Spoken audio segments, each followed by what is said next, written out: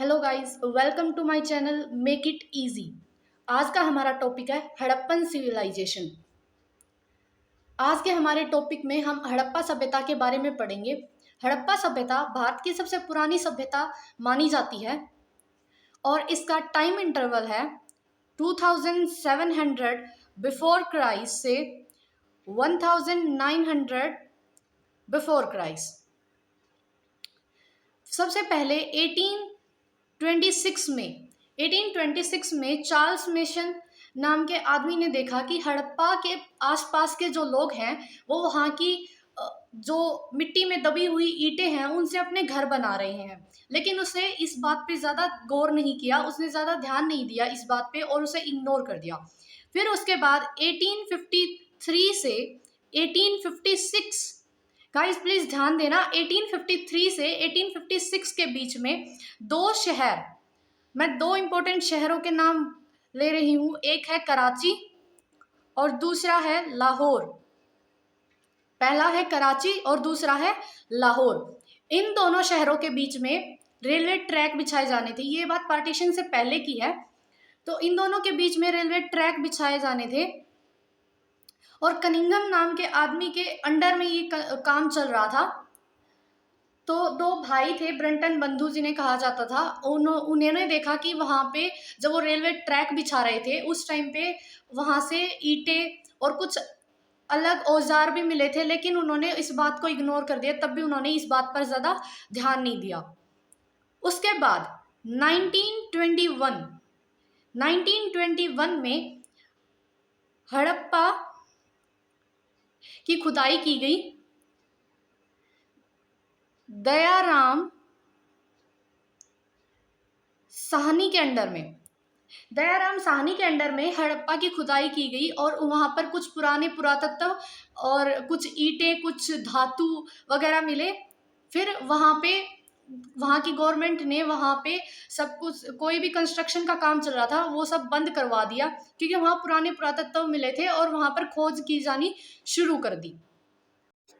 इसके बाद 1922 में मोहनजोदड़ो, जो जगह आज के टाइम पे पाकिस्तान में है, वहां पे भी ऐसे ही पुरातत्व पाए गए। मोहनजोदड़ो जो जगह है वहां पे भी ऐसे ही पुरातत्व पाए गए। वहां का काम R.D. बैनर्जी ने संभाला और उन पुरातत्वों को हड़प्पा के पुरातत्व के साथ मिलाया गया और पता चला कि एक बहुत पुराने टाइम पे एक सभ्यता यहाँ पे हुआ करती थी। इस सिविलाइजेशन को अलग अलग नामों से जाना जाता है, जैसे Indus valley civilization, Harappan civilization और ब्रॉन्ज एज सिविलाइजेशन। हम इन्हें इन नामों से क्यों जानते हैं? सबसे पहला, हम इसे हड़प्पन सिविलाइजेशन के नाम से क्यों जानते हैं? क्योंकि सबसे पहली बार जो खोज हुई थी वो हड़प्पा में हुई थी। इसकी वजह से हम उसे हड़प्पन सिविलाइजेशन के नाम से जानते हैं। दूसरी चीज, उस टाइम पे इंडस नदी के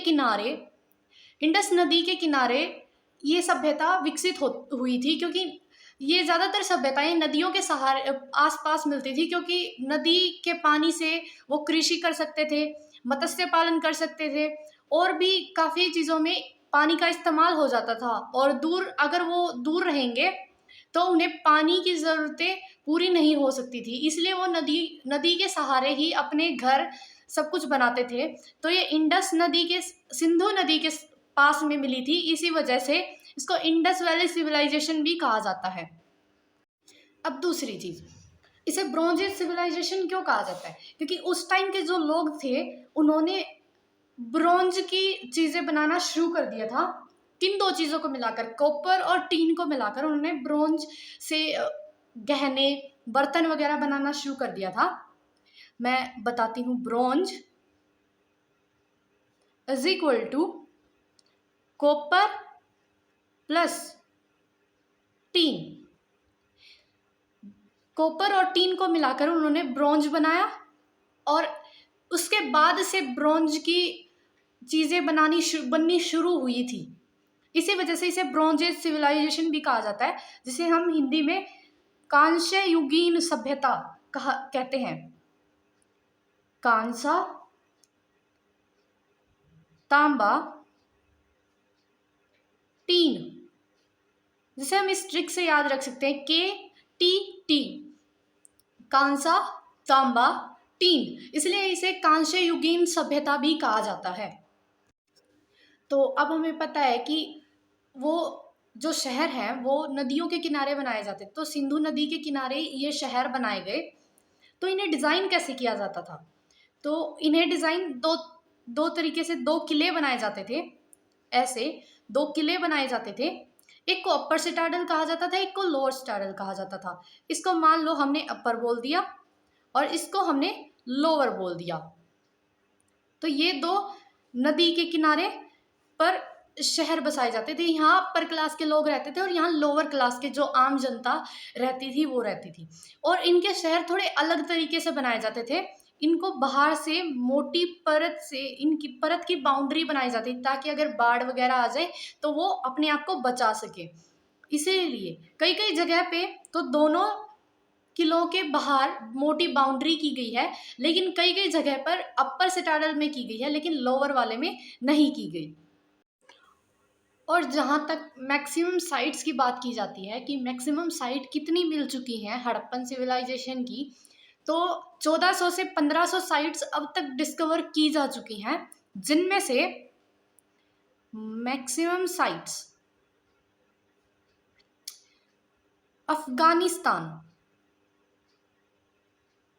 अफगानिस्तान में अब तक 2 साइट मिली हैं। दूसरी जगह है पाकिस्तान, जिसमें अब तक 475 साइट्स मिली हैं। और तीसरी है इंडिया, जिसमें 925 साइट्स डिस्कवर की जा चुकी हैं। तो इससे हमें पता चलता है कि 1400 से लेकर 1500 साइट्स अब तक डिस्कवर की जा चुकी हैं। और अगर हम बात करें कि सबसे ज़्यादा साइट इंडिया में कहाँ मिली है, तो वो मिली हमें गुजरात में। सबसे ज़्यादा साइट हमें गुजरात में मिली है। और अगर हम एरिया की बात करें कि ये कितने एरिया में फैली हुई थी, तो हम अगर ईस्ट से लेकर चले, तो मान लो मैं यहाँ ईस्ट में लेती हूँ। ईस्ट में एक जगह है आलमगीरपुर, जो कि यूपी में आती है। आलमगीरपुर जगह का नाम है, जो कि यूपी में आती है। हम वेस्ट में लेकर चलें तो ये आती है बलूचिस्तान के शहर सूत का गैंडोर।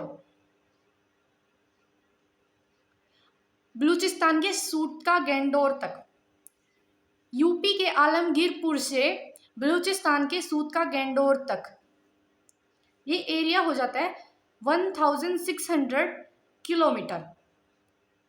अगर हम नॉर्थ से साउथ की बात करें तो नॉर्थ में एक जगह है मांडा, जो कि कश्मीर में आती है। मांडा जगह है, कश्मीर में आती है। और साउथ में अगर बात करें तो वो आती है दैमाबाद, जो कि महाराष्ट्र में पड़ती है। जो कि महाराष्ट्र में पड़ती है, नॉर्थ में कश्मीर से लेकर साउथ में महाराष्ट्र तक। और ये एरिया कितना हो जाता है 1400 किलोमीटर। तो इससे हमें पता चलता है कि कितने एरिया में ये फैली हुई थी। ईस्ट के यूपी से लेकर वेस्ट में बलूचिस्तान तक, नॉर्थ के कश्मीर से लेकर साउथ में महाराष्ट्र तक। इसके बाद हम बात कर लेते हैं इसकी टाउन प्लानिंग की, कि टाउन कैसे बनाए जाते थे। इनके टाउन्स बहुत व्यवस्थित तरीके से बनाए जाते थे, बिल्कुल प्लान करके कि उन्हें कैसे बसाया जाए। मान लो मैं एक यहाँ स्क्वायर लेती हूँ, ये हमारा एक स्क्वायर हो गया। इसमें यहाँ मेन गेट होता था और मेन गेट पर एक चौड़ा रोड होता था, जो कि 10 मीटर चौड़ा होता था। 10 मीटर चौड़ा रोड होता था। उसके बाद उसके परपेंडिकुलर उससे थोड़े से कम चौड़े रोड बनाए जाते थे। उसके मेन रोड के परपेंडिकुलर। इसके बाद इन छोटे रोड से छोटी छोटी गलियां निकाली जाती थी। कुछ इस तरह से छोटी छोटी गलियां निकाली जाती थी। जो कि छोटे रोड के परपेंडिकुलर होती थी। कुछ इस तरीके से इनकी टाउन प्लानिंग की जाती थी। ये इनकी स्ट्रीट्स एंड फिर इनके परपेंडिकुलर, इन स्ट्रीट्स के परपेंडिकुलर इनके घर बनाए जाते थे। कुछ इस तरीके से इनके घर बनाए जाते थे। इस तरीके से इनके घर बनाए जाते थे। तो इनसे हमें पता चलता है कि उनकी टाउन प्लानिंग कैसी थी, कितने अच्छे तरीके से वो अपने घरों को, अपने टाउन को रखते थे। और इसके बाहर एक दूसरी मोटी लेयर ईंटों की लगाई जाती थी, ताकि अगर बाढ़ भी आ जाए तो वो दीवार जल्दी से टूटे ना। अब इसके बाद हम बात कर लेते हैं उनकी हाउस प्लानिंग की, कि वो अपने घर कैसे बनाते थे। हाउस प्लानिंग, हाउस प्लानिंग की। तो मान लो मैं ये एक स्क्वायर लेती हूँ, तो ये जो होता था वो उनका एंट्री पॉइंट होता था, मेन गेट। उस मेन गेट के सामने एक 6 फीट की दीवार होती थी। मतलब इसका मतलब ये है कि वो अपनी प्राइवेसी का बहुत ध्यान रखते थे, कि बाहर से अगर कोई इंसान आता है तो उसे पता ना लगे कि अंदर क्या चल रहा है। इस वजह से वो 6 फीट की दीवार बनाते थे मेन एंट्री गेट के बिल्कुल सामने। उसके बाद यहाँ पे एक कोर्टयार्ड होता था, जिसे हम आंगन कहते हैं।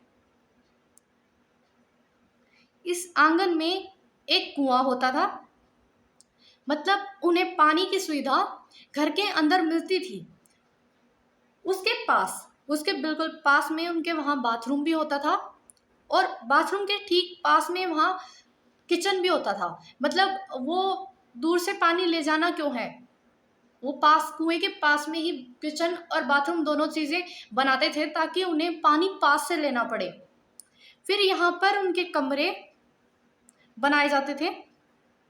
एंड यहाँ पे स्टेयर्स, काफ़ी जगह 2 मंजिला, 3 मंजिला, 4 मंजिला बिल्डिंग भी मिली है। तो उनसे पता चलता था कि वो बिल्कुल शहरों की तरह अपने घर बनाते थे। और यहाँ पर बड़े बड़े कमरे होते थे, और ऊपर भी 2 या 3 बड़े बड़े कमरे बनाए जाते थे।